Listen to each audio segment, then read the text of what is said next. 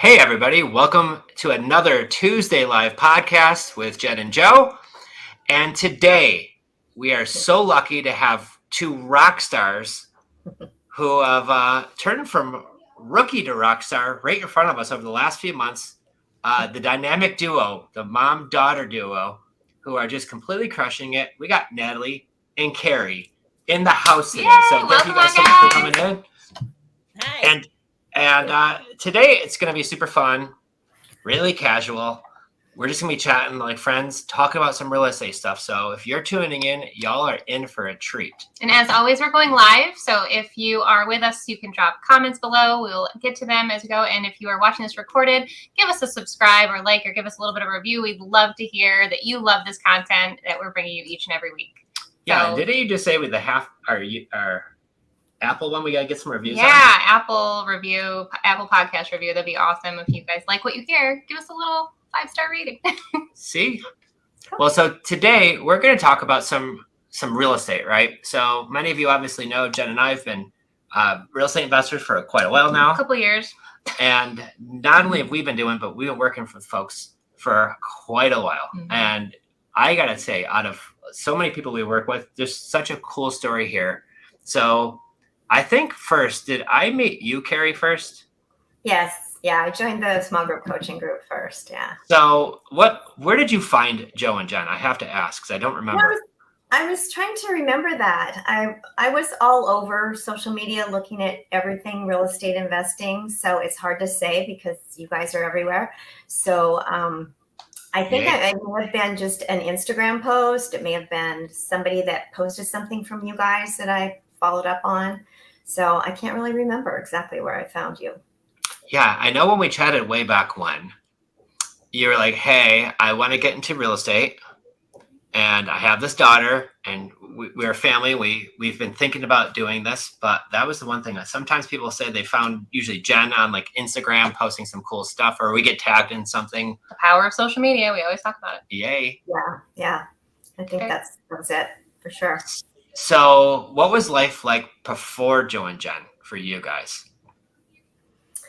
I can go first. For me, I'm a licensed physical therapist assistant. So I've been in healthcare for 12 years.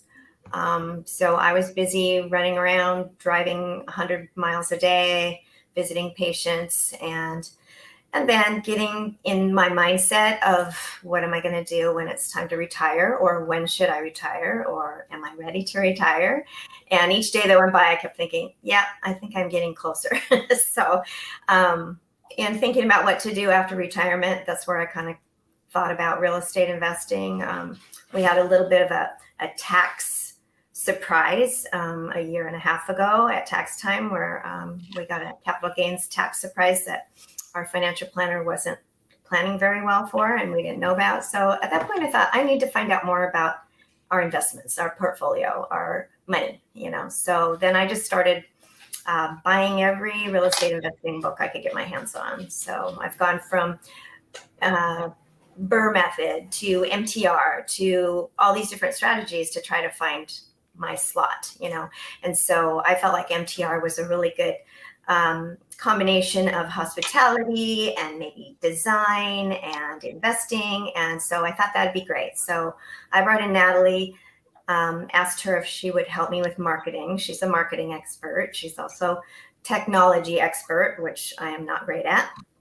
So she kind of, offered to help me, and one thing led to another. We went on a road trip to Arizona to look at properties, and she kind of got the bug. And then she started coming to the small group coaching, and then really got the bug. And that's how we ended up here. So this year so far, we've purchased 3 properties. All 3, we are hoping to employ the rent-to-own strategy. And we currently have potential tenant buyers going through screening right now for all 3 of them. Oh, that's so exciting. Yeah. Well, and the thing I really got to say, and I just keep saying, like, you guys are the rock star of just taking action. Mm-hmm. And there's been many calls, many times I could either see it on your face or I could hear it on the phone. And you're like, oh boy, I'm getting into something new. And, whenever you're doing that, it gets to be always a little strange, a little different, sometimes uncomfortable. But I have to say, no matter what, you guys have always kept an A+ attitude. And whatever it was, you just did those next steps and you just kept going. And as you can see, Sway giving you some love. Yeah. You guys are amazing, which, yes, I agree with you, Sway, they are. Well, I want to hear more about this Natalie bug. Yeah. I was telling my mom earlier, we were kind of talking about like the process of getting into all of this, because it was quite a while ago that she first started thinking about real estate investing as a next step for her.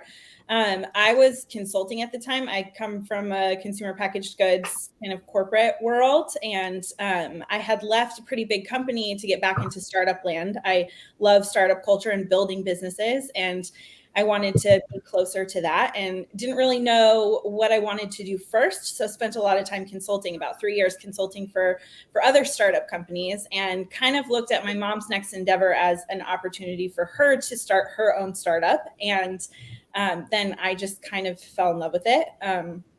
There's so many really awesome things about real estate that are like a startup. You're building your own business from the ground up. It's not just about the investing side of it. There are so many elements that are the same. You guys know this, and we watch this with you guys all the time. You're hiring employees and you're putting together systems and, operations and training and hiring, and I already said that one, but really building that happens more it than does once. happen a lot. And again, the hiring and the training and the hiring. And that's the fun part of building. And then the other side of it is the product that you get to deal with on a daily basis is really cool in this industry, because it changes constantly. You're not selling the same thing. You're not buying the same thing. You're not dealing with the same people. It's so dynamic. And that's what became really interesting for me. I was telling my mom that I remember when I really started, like what I feel like was when I got the bug of like, okay, I'm going to do this and put 110% into it. I was getting a pedicure with my daughters, and I was listening to one daughter speaking in one ear and a Joe podcast in the other ear.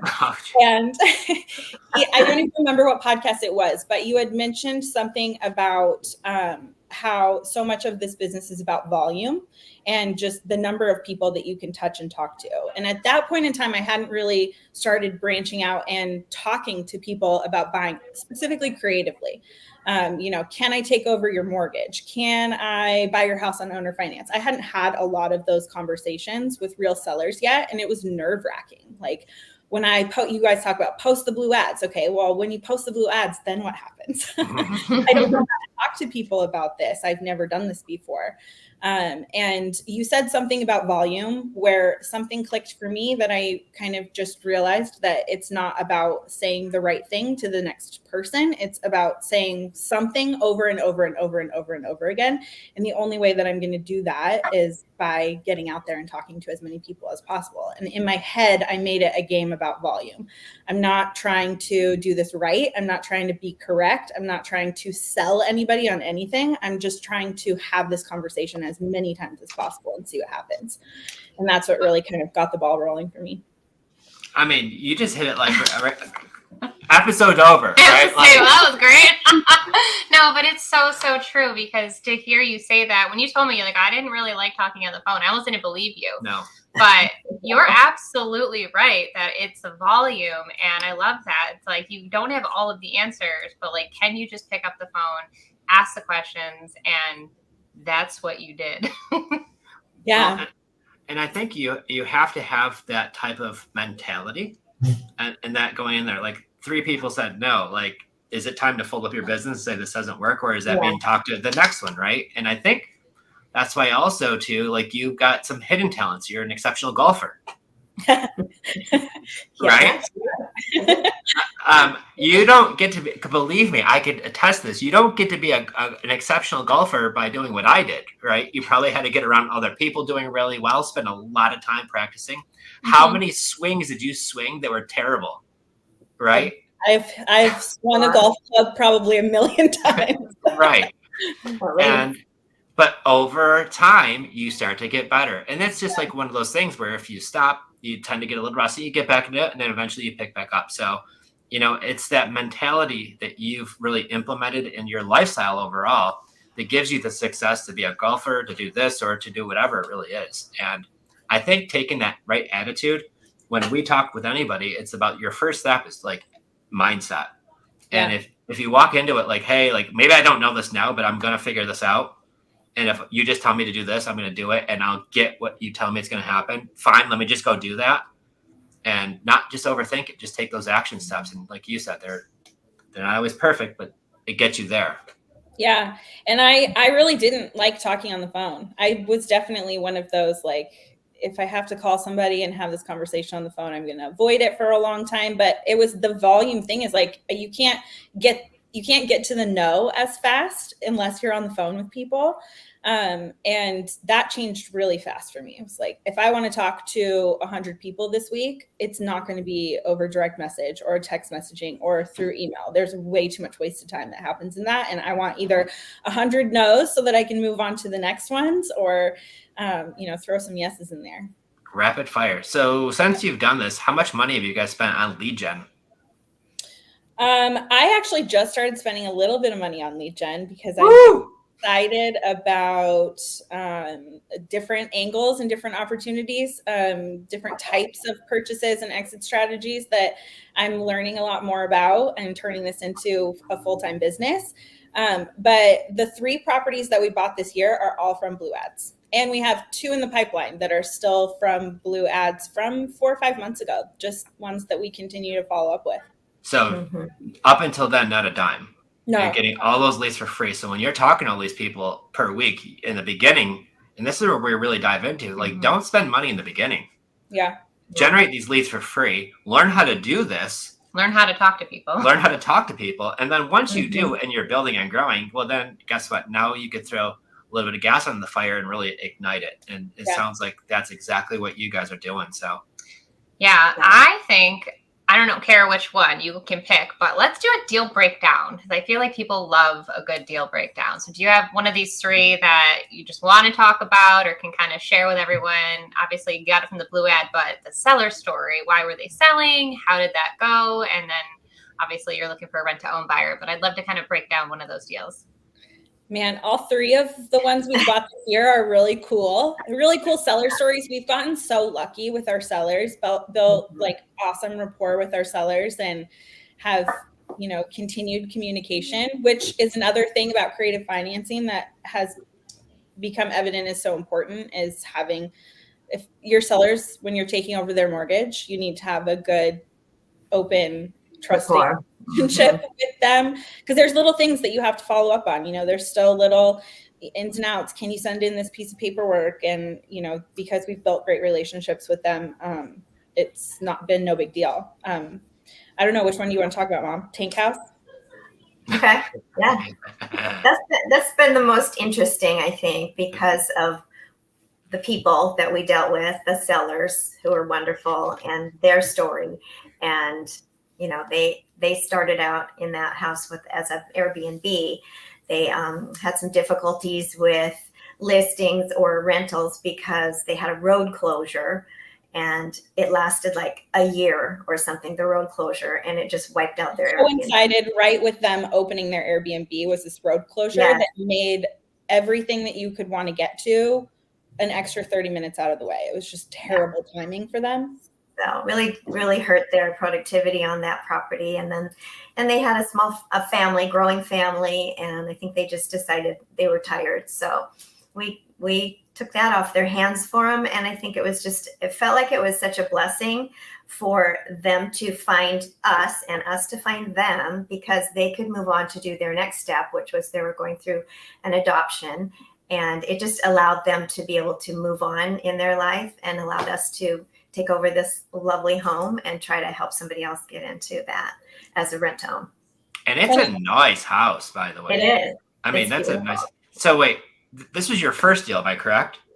Our first creative deal, yeah. First creative deal. Okay, so where's this property located? It's in Maryland. Okay, and where are y'all located? San Diego. Okay, so how many times did you fly back and forth for the house? Wait a second, you bought that thing without even seeing it, right? Yeah. Yeah, we haven't seen any of our 3 that we got this year. Haven't seen them all. Not yet.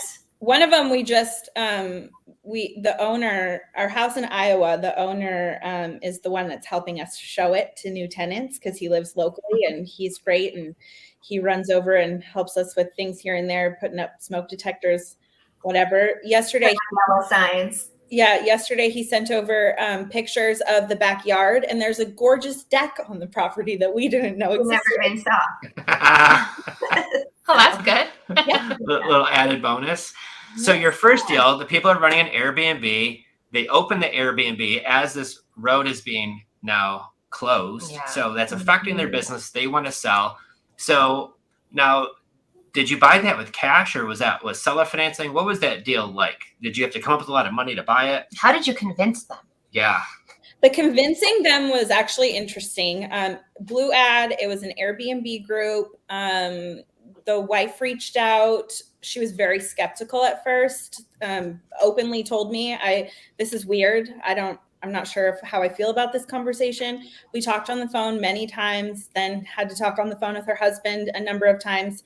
When we first pitched sub 2 as part of the strategy, they were not interested. It was the first response was, that's not what we want. We want just a clean break. We're not interested in that. And I talked them back into it after just saying, I want to just make sure that you understand what this means, because I'm sure that you're thinking A, B, and C, and I just want to make sure that A, B, and C is the right thing to think. Then it's absolutely no pressure. Obviously, like there's lots of different ways that we can buy the house. But before you make a decision, let's just make sure we understand. And they were great with that. And 25 minutes later, they were like, okay. At one point, they were like, well, if you don't buy it, can you help us put a tenant buyer in it? And that's what kind of started. We went from them saying, we want a clean break and we don't want to ever talk to you ever again, to can we hire you to help us do this indefinitely? So that was fun. And then can you buy my house then? And then can you buy my house? And it was a hybrid deal. So we did take over their mortgage. They had a 2.25% interest rate. Oh, Mm-hmm. that's like, when are you going to find did you have to get a bank approval to do that? No. Okay. So you got a 2.25 rate on a turnkey or really nice house in Maryland that was fixed to be a Airbnb that's not working out. Yeah. So imagine that payment's got to be pretty low. Yes. The payment is low. We gave them about $5,000. They had some equity and we gave them about $5,000 up front. And we had a handful of repairs to make before we felt like it was really ready. There was a safety issue with a deck. We had a deck that was replaced that we didn't want anybody renting it while that deck was there. So had that removed, and their balloon payment is due in 7 years. Yay. Great job. Mm-hmm. Until then, enjoy that rate. Holy cow. So really, I was kind of being silly about convincing, because there's really no convincing, right? It's just, you are just asking the questions. But I love that you even, told them like A, B, and C, like this is true, kind of walk them down, because when you talk to enough people, you'll find that it's the same objections. It's the same worries. People are just, it's new, it's different, and they've never heard of it before. And so if you can just calmly and rationally explain without over explaining, I think that's the key. Mm-hmm. He knows for sure. Yeah. Back in the day of over educating a seller. But keeping it simple, short and sweet. And this is how we can help you. And if it works, it seems like once they understand us and we get to talk to them for a while and really explain how it works, then they're motivated. If they're motivated, then they're like, okay, I think we could make this work. So that's why they reached out to us, because they needed some help and they wanted to find out if there was something that would work for them. Well, and I think that's key, is you're looking to talk to motivated sellers. And that's really the key. And they were motivated because they were in a situation in this house. It wasn't like the house was in bad condition or, one thing, they weren't necessarily in a financial situation yet, but maybe it could have turned into one if they didn't recognize what was going on. Mm-hmm. So here it is. You guys are able to come in, help them. They feel great about the deal. You felt great because you bought this beautiful house, beautiful neighborhood with a 2.25 interest rate, and you only had to put $5,000 down to buy it. Plus some closing costs, right? Yeah. Closing costs. little definitely. bit. We did do an inspection on it just because it's across the country from us, and it's not an old home, but it does have a holding tank and a well and different things that seemed like they were a little bit like we wanted to make sure that they were all in good working order. Got it. We have a question from Ray asking, Natalie, would you share who your coach was? Which coach? My real estate coach? Yeah, how did you learn about this strategy? He's asking. Oh, Jen and Joe. Right down is Jen and Joe. Hi, I'm Joe. This is my wife, Jen. Just in case we want to make sure, who was your golf coach? Okay, just maybe that's what they were asking. You need that. I need that. I've had many golf coaches. Including your dad. Yeah, if you're just tuning in, Natalie and Kerri, are in our small group coaching, and they've had such tremendous success. We asked them to come join our podcast to share with all of you some of the outstanding work that they've been doing behind the scenes, and they've already closed 3 deals. So this one, to tie back to the property we're just talking about here, how are you going to raise funds for this final balloon payment in 7 years? I know you kind of touched on it, but maybe re-explain a little bit. This is an interesting one because there's a couple of different ways we've thought about this. One is we're putting tenant buyers into these properties. So the balloon payments are scheduled so that we have the opportunity to hopefully have a tenant buyer close on the property before our balloon payment is due. If that doesn't happen, we're buying intentionally so that we have pretty decent cash flow. And then if we need to, we've got money put aside for a balloon payment in the future so that we can continue to use that property however we want to. Good deal. And probably because they just bought it not long ago, I would imagine they don't have like a ton of equity yet. Mm-hmm. So sometimes if they do have a small amount of equity, you have the option to either raise some capital or save some from your cash flow and then use that. You're also going to get a large non-refundable option deposit from your renter once they move in. There's some capital, right? So there's ways that you could generate the capital, hence why we love rent to own. But like what you mentioned, if your renter ends up buying before 7 years and then they refinance and get a new loan, they now buy the house. You guys get a check for that too. I would say the only downfall is paying off that 2.25 rate. We just did one of those last year, and we bought a house $100 down, turnkey, beautiful house, and the rate was 2.75, and our renters just qualified for their mortgage. Hey, yes, we did get a check, which is great, but mixed emotions. Happy mixed emotions because you just hard to say goodbye to that rate because you won't find it these days. Yeah. So I have another question coming in off of Instagram. Who closed the deal and did the paperwork? So this was in Maryland. So were you using a title company, an attorney? Maryland, we used a title company. Mm-hmm. And then they help you through the paperwork. Obviously, we provide some of the agreements and all of that. Yeah. Closing is a little bit of a learning curve. We are also closing in multiple different states. So it's a bit of a new learning curve in each state. We're now working with the transaction coordinator so that we can get a little bit more hand-holding on that, just because really it's the simplest things that can get complicated because different states call the same paperwork different things. A lot of these title companies aren't familiar with creative financing either. They're not familiar with sub 2, so they don't know what to do with you. So it has been like each state is a little bit different. Some states are title states, some states are attorney states. So we've had to kind of get through all of the weeds in that, and it's been a good learning experience. I mean, we learn a lot with each house was completely different. But we're learning, and we're also learning that we'd rather have someone else do that. Yay! Yeah, absolutely. I'm getting chills because you're bringing warmness to my heart, Kerri, when you said that, because I know when we first met, hey, I want to learn how to do this, and you guys are a prime example. The only way you're going to truly learn is by doing. And now you've closed deals in what states? Iowa, Colorado, and Maryland. Which are 3 completely random different states, right? So what Colorado's is not like Maryland, and what Iowa is not like either one of the two. So, you're learning new things in different areas, and every single time is a learning example. You're going to find out what states you love. And then there's some states that are just a little bit more challenging, got some workarounds, but you'll kind of tune into oh, I love this spot. So Go. Okay, I was going to say, so I'm always interested when there's a team or, obviously we're husband, wife, mother, daughter. So how did you determine your roles? Did you kind of, take a little while to figure it out? Or were you kind of like, hey, mom, you do this part, I got this? Or how did that look? No, it didn't take any time at all.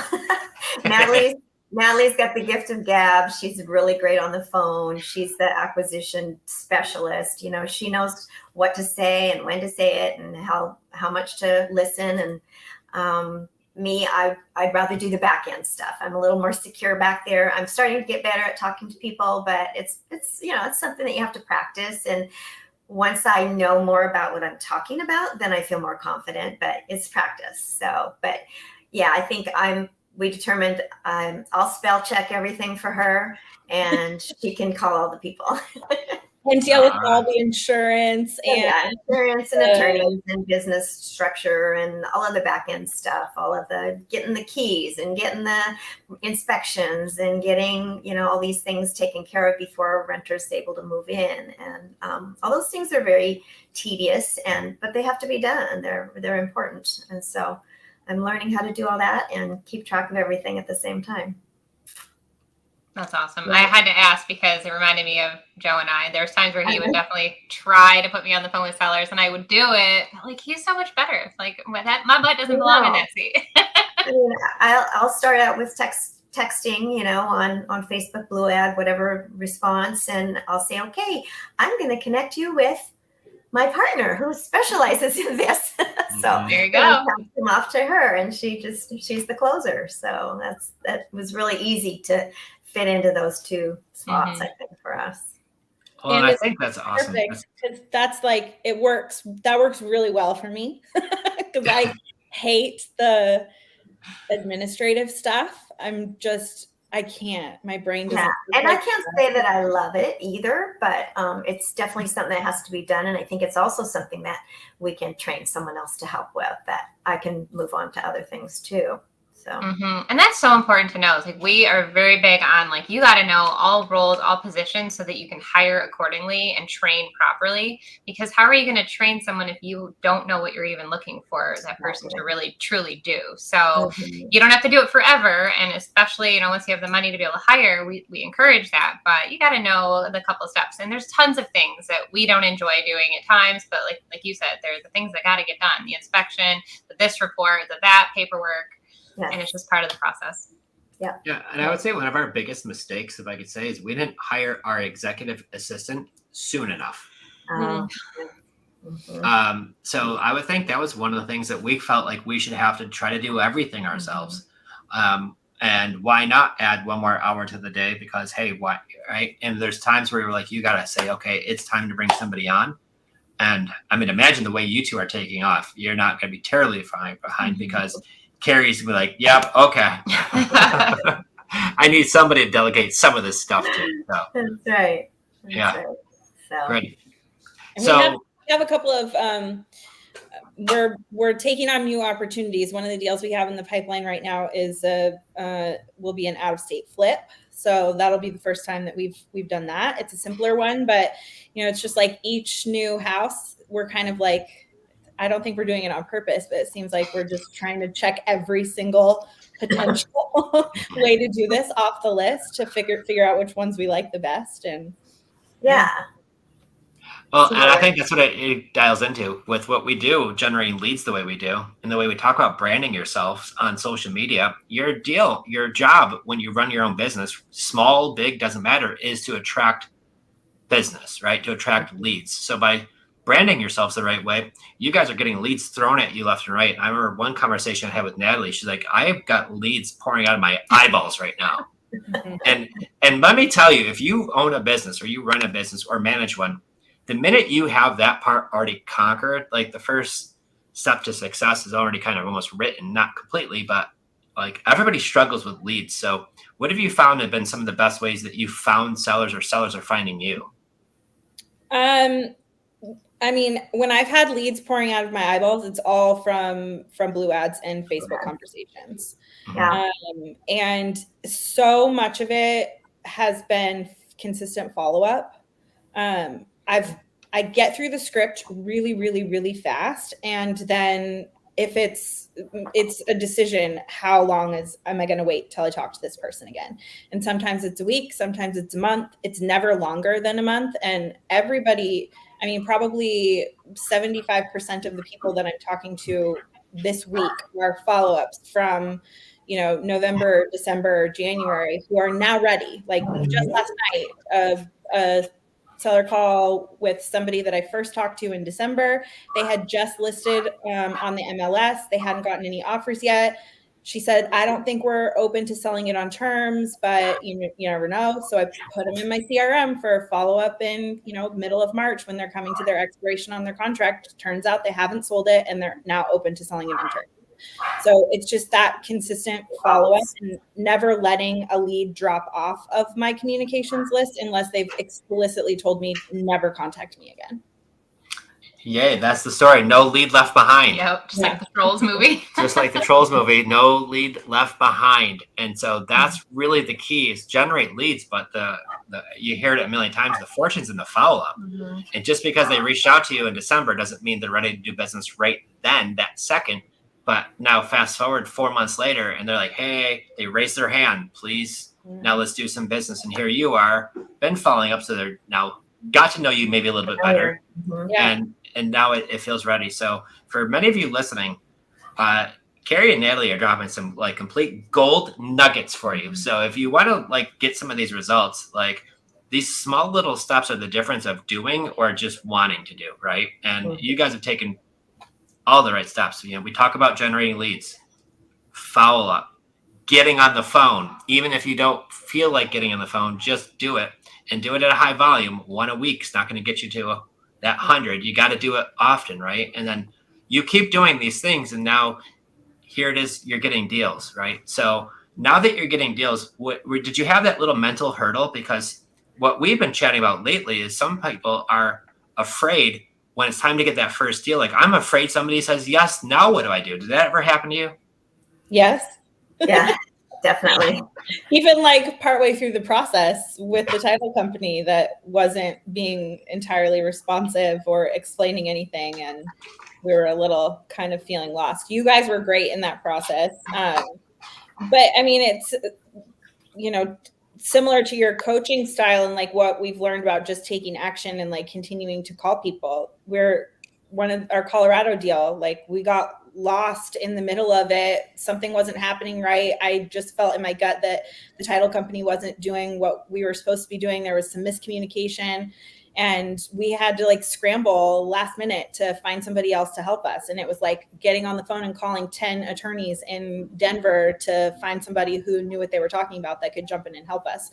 So like that same kind of mentality of like, you got to get on the phone. You have to call the people. You have to talk to the people. You have to ask all the questions, even if you don't know the answers to them. Yeah. I learned this a long time ago. It's DWIT. Just do whatever it takes, right? Yeah. If you gotta call 5 attorneys, if you gotta call 10, then call 10. Like find out what it takes to get this deal to the finish line. Don't be so easy to throw in the towel. Yeah. My very first deal, I was on my own, and I probably cried because just every obstacle and there was nobody to turn to. It was like piling frustration, but you just kept forging on. And the seller was grateful because he was in a bad situation. He was going to lose his house. Mm-hmm. So if I didn't forge on and figure a way to get that first deal closed 20 something years ago, who knows the trajectory of my whole life, right? Me doing where I'm right now talking with y'all. So the whole point of it is to just finding that workaround, that little bit of an obstacle, and just don't give up. All right. Mm-hmm. Great.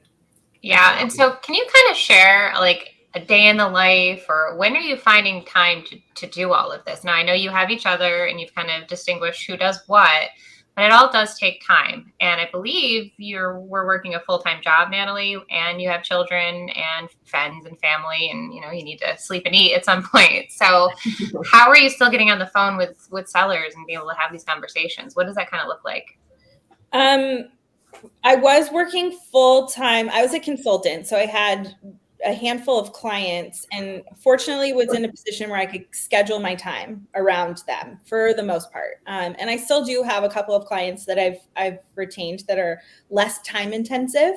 But it was really just whenever there was a moment. I I'm West Coast, so I feel like I can reach a lot of people later at night when everybody else is starting to move on and do their other things. And then my kids get up really early, so I can do East Coast stuff too. So it's just finding little pockets of time everywhere possible until I got to the point where I could really block out and say, I'm doing this most of the day. And my mom's the same way. She's still working. Mm-hmm. So I work 2 days a week. So the days I'm not working, I'm on the computer. I'm looking up insurance policies. I'm sending emails and talking to people and dropping blue ads and joining more Facebook groups and just doing all the little details that I can every moment that I have. So and her and I talk constantly. There's and we're on lots of shared everything. We figured out how to, even though we live in the same city, we don't live at the same house or work in the same office. So we've had to figure out how to make all of our tools collaborative so that if she's doing something or is busy, I can pop in and vice versa, and doing all of that. Mm-hmm. And that's huge too, because when you learn how to have like a virtual office, then that just elevates your game. And that's where a shout out to Abby. If we didn't have her, oh my gosh, she's the one who hopefully inspired and helped you guys too. Just creating the Google folders. I know you guys are using Notion and Asana. We are using Asana. Notion, not as a real collaborative tool yet. I use Notion for a lot of other things, not quite yet implemented it for this business, but we'll get there. Awesome. Yeah. And if those are just like task management systems, for those of you listening might not really know, but there's just so many programs out there, and it's just pick one and just slowly get used to it. Like, it's all overwhelming. You can't use that as an excuse anymore. It's 2024. So start with a Google Drive. I feel like that's pretty easy. Yeah. Open a folder and go. Yeah. Well, and that's what we did, because when we first got started, full time, it was the beginning of a global pandemic. So we weren't allowed to get together. And so what that happening is we hired some folks in our own city, but we still never saw them. And then when we started hiring other folks outside of our city, like Abby and a few others, we were hours away. So we've got used to being on Zoom calls and sharing all types of software. And what you said now too, it's true. It's like, it's never been easier in the history of humans to do this, where you could do it at a beach. I don't recommend that. I recommend being at the beach. Be at the beach. Yeah. Mm-hmm. Okay. But if you had to, you could, right? Yeah. And sometimes that's just the thing. I mean, I do a lot of this work from my car. I love that my CRM records all of my phone conversations, because I can talk to anybody anywhere and then go back later and listen to them and pick out all the little notes that I need to remember or use for future tasks. Like, I can do this anywhere. Yeah. Mm-hmm. And that's the neat thing about real estate that I've learned to actually love about it is the deals are great and you get some checks and the money's cool, but it's also a lifestyle of what you can do too. And if you could learn how to actually do both, that's where really, and I kind of lean towards more working than I do like too much relaxation, because I love to do what I do. So I feel lucky, but it's cool that I get to do this like at the pool out back, and I'm still back there jamming away, got my iPad and phone in one hand, and I'm getting work done, rather than what I used to do was sitting in office for 12, 13 hours a day, missing going outside. And I don't know, I like being outdoors. So that's a beautiful thing. You get to do it's to choose your own adventure every day. So I was going to say too, like, now that you have a lot on your plate being entrepreneurs, do you find that managing your time is one of like the hardest things to do, or does it come naturally to you to be, okay, at 9 to 10, I am doing this? Not for me. It does not come naturally. I'm too distracted. I have to come up with a system to time block or something, because I am too distracted with too many different things. So I'm working on that though. I'm like I mentioned before, I'm a startup kind of addict. The thrill of building a business and working all the time and being obsessed with what you're doing and loving it is so much fun for me. So time management is hard, just because I have to really stop myself, or the balance goes out the door, because I'll do it constantly in this stage of kind of growth and figuring out all the different, possibilities and new things. It's fun. You don't want to stop doing stuff that's fun. I know it's very easy to do. So just as much as you block time for work, make sure you block time for not work. Yeah. And like try to like put your phone down and don't get next to it. Like I don't have an Apple Watch. So if I put down my phone and it's on silent, it's in the other room. Like I don't see it. I go back, believe me, there'll be a whole I don't know bunch of how stuff you pick waiting. up your phone when you put it down though, because that thing is like a grenade at that point. There's 30 voicemails, a million text messages. Oh yeah, it gets pretty wild. I put my phone down, and then that's when I get the Natalie ? Text message. Yeah. Oh my gosh, that's right. They're You guys the best. I absolutely love when I saw that Jen showed that to me in our group chat, and that brought so much. It works. Well, let's share what that is. So they're using one of our strategies here, a Natalie ? You want to explain that, Kerri? So I was trying to ask her a question by text, and she didn't answer me. I think I asked her a couple of different times. I didn't get any response, and so I just said, Natalie ? And sent that to her. And a couple minutes later, she said, "Did you just Joe Delafave me?" I did. Yeah, and as far as like when to use this in your business, guys, if you're listening, this is when you're talking to a seller and they just completely ghost you. They've stopped returning your calls, they stopped messaging, and it is the best thing. Not leave this like 3-minute voicemail, but simply their first name ? That's all. I did that to a seller that we've been working with since 2021 in our CRM. And he just came back up from who knows where, because we constantly follow up. And he's like, oh, I still have my house. We asked him a few more questions, and he doesn't answer. And of course, I just happen to be the CRM and see this nonsense going on. I'm like, you didn't answer? Okay. Jonathan ? And then I happen to go through it today, and I see he responded, and our team picked it back up. I'm like, very good. I don't know. So, It's like the simplest thing sometimes. Like we as humans try to overly complicate things. And some things are a little tricky, like the TC paperwork and title companies. But for the most part, it's just straightforward, asking the right questions and just taking good notes and getting those answers. So if you were to give advice to anyone who's like on the fence, like Kerri, how you share, you're like looking at like, what am I going to do for retirement? Or Natalie, just like looking for something different and, love the thrill of starting up. Is there like one piece of advice that you would give someone who's looking to just begin their journey and they really want to get into real estate, but what is something you would tell them? Go ahead, Natalie. You got it. I mean, one thing. One or two, And it's different depending on where you are. Like for Natalie and I, we're in two different places in our life.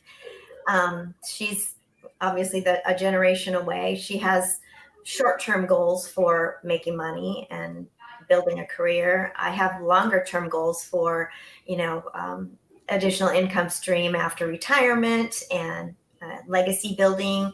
So we have different goals, but our goals are both the same: make money.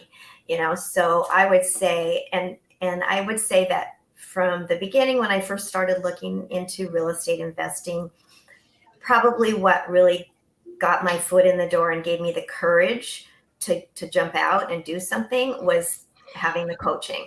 And I got to hand that to you guys, because having the coaching advice, having somebody that's done it before, who's, successful at what they're doing and giving me advice to help me not make any big mistakes. And also the group of other people that are in our group helping and supporting one another and learning from one another. So that really just empowers you to step out and give it a try. And that's, so I think that's my advice would be to step out, get some community, get some coaching and some other people around you to encourage you. And I got to say thank you guys for being true leaders in there, because you are answering questions and sharing your story along the way. And it's so inspiring for those who are just joining or want to get started. So I really do value all that you share with our group. Hey. Yeah, we love it. And every single time we do our group and I do the support call, I get off, and every time I'm like, I love everybody in our support call group, because it's like, it's a bunch of folks just sharing, doing deals. And it's exciting to see all of the things that are going on. And every single time I do, I'm like, wow, I can't believe, like, honey, they're doing like, and she does the same. So it's really cool. And then today Jen was running her support call in the morning and I heard something popping in and I had a question. So I popped in and then here I had to answer a couple of things. And question about a HELOC. yeah, so it's always really awesome. And that's why I love, having our small group, just because of, the community. It's really awesome. Yeah, it's very helpful. Yeah. And like this kind of like the thing that I love about real estate investing, whether you're going to turn it into a full-time thing that you do that supports all of your hopes and dreams and goals, or it's something that's kind of a side project, like you can go at any pace of this, but the coaching part of it, and I promise I'm not sales pitching, but the coaching part of it makes it so much more accessible no matter what pace you're going. Because when you're going slow and you're just making a few decisions at a time, you have, your goals are farther out. I want to buy 1 or 2 houses this year, not 1 or 2 houses this month. You still have the same questions, like the same risk of bad decision making or not knowing which step to take next is still there, no matter what pace you're going at. So it's important. Mm-hmm. Another big question. So I think Natalie, you hopped in about October-ish. Mm-hmm. Mm-hmm. How long till you guys did your first deal? Because I know people always ask, like, Joe, how long does it take for one of your clients to get their first deal? I say everybody's always different, but this is a question that I hear often. So I posted my first blue ad on October 15th. We closed the Maryland house the last day of 2023. That's right. And then Colorado was about 3 weeks later. Iowa was about 3 weeks later. So about 90 days to close the first 3 from blue ad to close. And it was like massive action. Oh, yeah. And I remember, and now let me ask you a question. How many, before you found that first deal, how many deals did you feel like you had to look at to say, no, that's not a good deal? Or, that you were obviously on the phone. Was it like 1 out of 5? Was it 1 out of 10? Like, how many do you think you had to talk to you're like, this is a deal, we got it, and we're closing?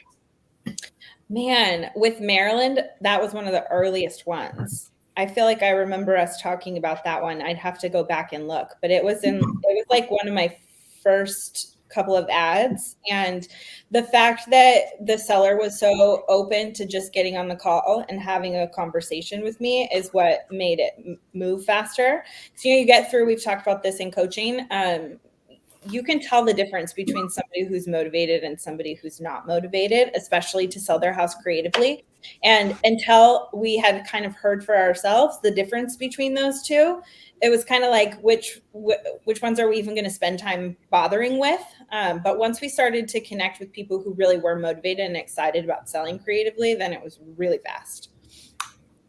So if you're talking to just unmotivated sellers, or you're spending a lot of your time talking to unmotivated sellers, you're going to spend a lot of time and it's kind of torturous. Yeah. All right. Because you're going to feel like, I'm not making a deal, I'm going nowhere. But then when you actually focus your time on the phone, especially talking to motivated sellers who are in a situation, you could do more deals a lot more often if you just spent a lot more time focusing on that and letting your keyboard kind of follow up with some of the unmotivated people, because eventually some of those turn back around and they actually are motivated. And then the key is getting on the phone, right? So my question for you, Natalie, because I know you do a lot of the phone stuff. When somebody says, Joe or Jen, I just don't know what to say. What was that like? Did you, obviously we provide scripts, which gives you questions, but what was that like when you're first getting started on those first few phone calls? What's advice that you could give somebody just starting out? Fake it till you make it. I mean, really, I stopped caring even if I was right. I would say something that might have been wrong and I might have lost that deal, but I didn't care because I was going to talk to 15 more people this week and I'd get it right the next time. So it was less about, trying to perfect it or say the exact right thing on the script or have every single question a seller could potentially ask already pre-planned in my head. Like, I just had to stop caring about what the answers were and kind of go with it in the moment. And if it was the wrong answer or if I didn't have an answer, that was okay. I think one of the things that I saw with Natalie interaction with sellers is her finding a way to connect with them on an emotional level where get to be friends, kind of find some sort of commonality, gain their trust, and, you know, kind of maybe spend more time than necessary on the first call or two, but that's how you build the trust. And if you sense that they're a motivated seller, then work that, you know, work on making them know that you really do want to help them. And then they become trusting of you. And then, you know, they can help you. And then they can start to understand what you're actually trying to help them with. So I think that Natalie has a good way of like making friends with people, you know, so to speak. So I think all three of our sellers that we have been in communication with and with this the whole year is we have friendships with them now. You know, we've built relationships, like she said earlier, and we know about them, and they kind of know about us too. So it's good, and I think meeting them on their level is a trust builder. Well, and I think that really truly describes your yellow house. Yeah. The Iowa house, right? Yeah. So that gentleman found you, same thing, through the blue ad? Yep. Mm-hmm. Yeah. Okay, so he finds you in the blue ad. What was that situation like? He sold you his house. Yeah, so he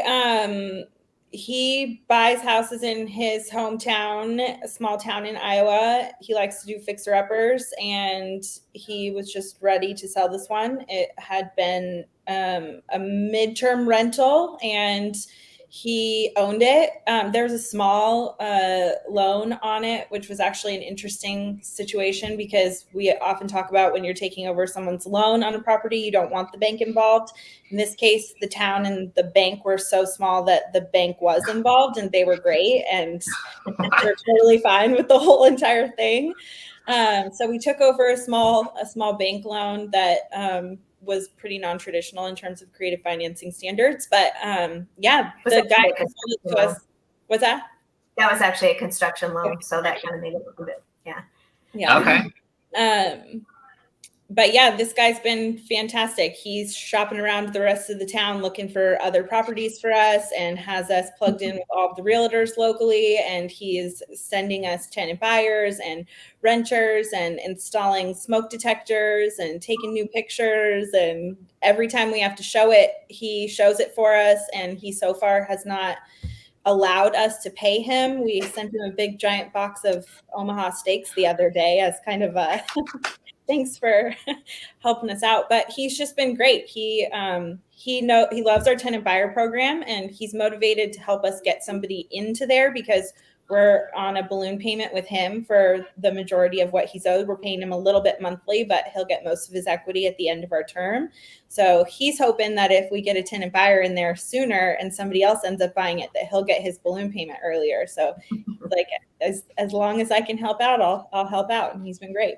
So it's a win for everybody. What once a again. Story. I'm glad you had them share that one. I didn't hear that tail end about that. Oh, this guy's fantastic. Like they found the bestseller like in North America, it feels like this guy. Because he's helping like the whole thing, like everything. So. Yeah, but even like I love that you share like something as simple as Omaha steaks, right? Like he won't take your money, but like you give him a little something. And I think too, like you gotta be go-givers. And if you're constantly what's in it for me, take, then you're not gonna get a lot. Right. But if you like genuinely show your appreciation and pay people for their time or pay them in some sort of an affection, like steaks, who doesn't love a good steak?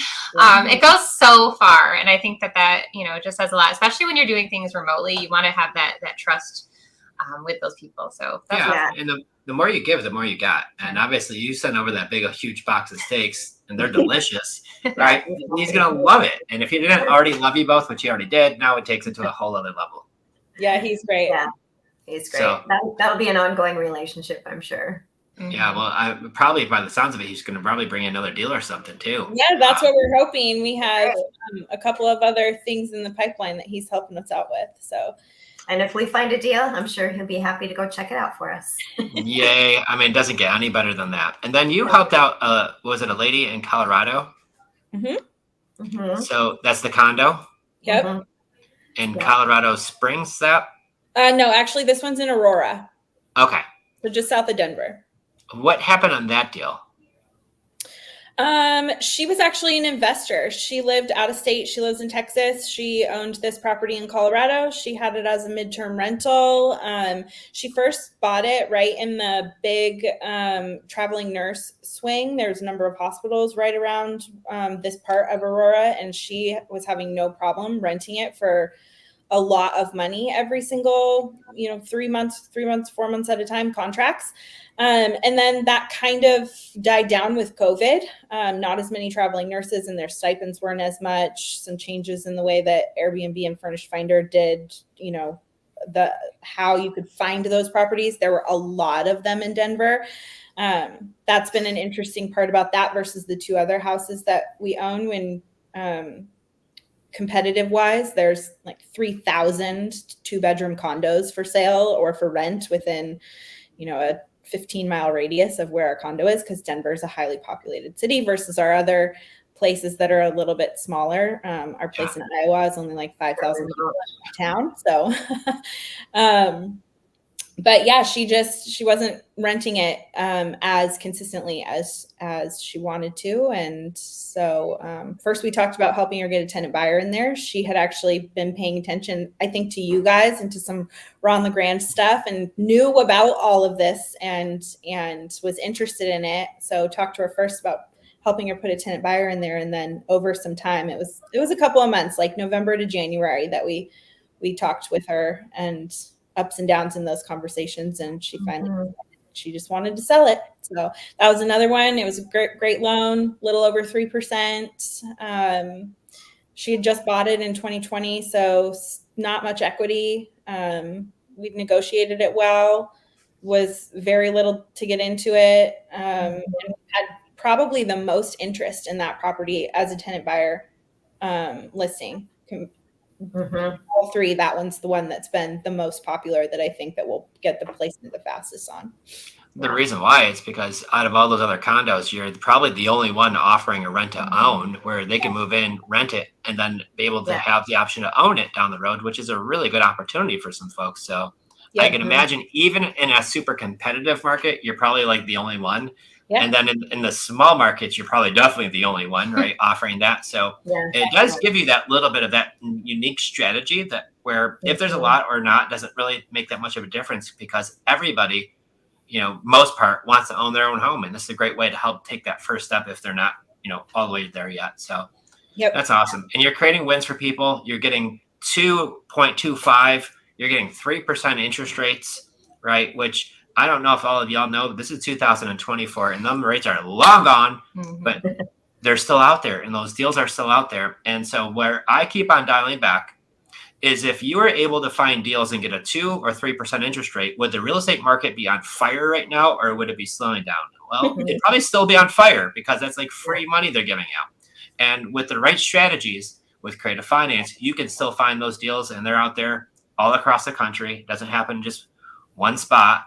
But it happens everywhere. And that's really the cool part of why we love doing what we do. So great job, guys. I just want to thank you both for coming on. We're so proud of you. Seriously. The amount of work that you've done, we know it's not always easy, but you get up with a smile on your face. You come with a pad of questions that look like on some of these support calls, and you rapid fire them out. You take the notes, but then you go and take the action, and it is truly paying off, and you're changing lives. Like, you're about to place tenant buyers, and people that didn't think they'd be able to own a home are going to be able to own a home because of you guys. So I hope you recognize the magnitude of that, because it truly is an amazing thing. I get goosebumps just talking about it, because we've been able to do that, and it's such a gift to give people, but also, you're changing your own family's lives too. So thank you for coming on today and sharing your stories.